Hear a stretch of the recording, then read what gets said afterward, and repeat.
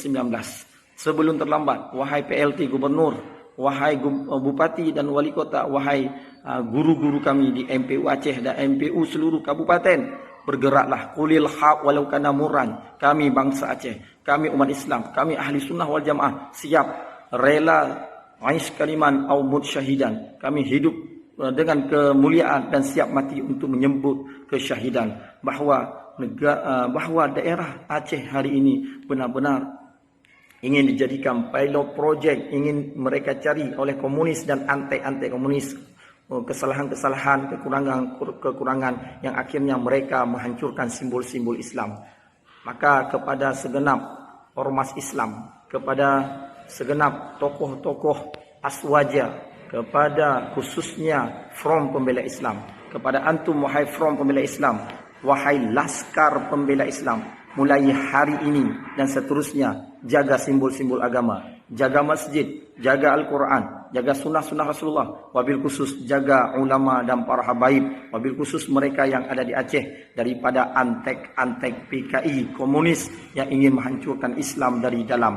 Apabila mereka ingin memaksakan rapid test, silahkan mereka antek-antek Dajjal tes rapid test kepada nenek-nenek mereka, saudara-saudari mereka. Pastikan umat Islam tidak mengikuti rapid test tersebut. Ini adalah akal-akalan komunis ingin menghancurkan Islam dari dalam negara dan lebih khusus dari Nangro Aceh Darussalam.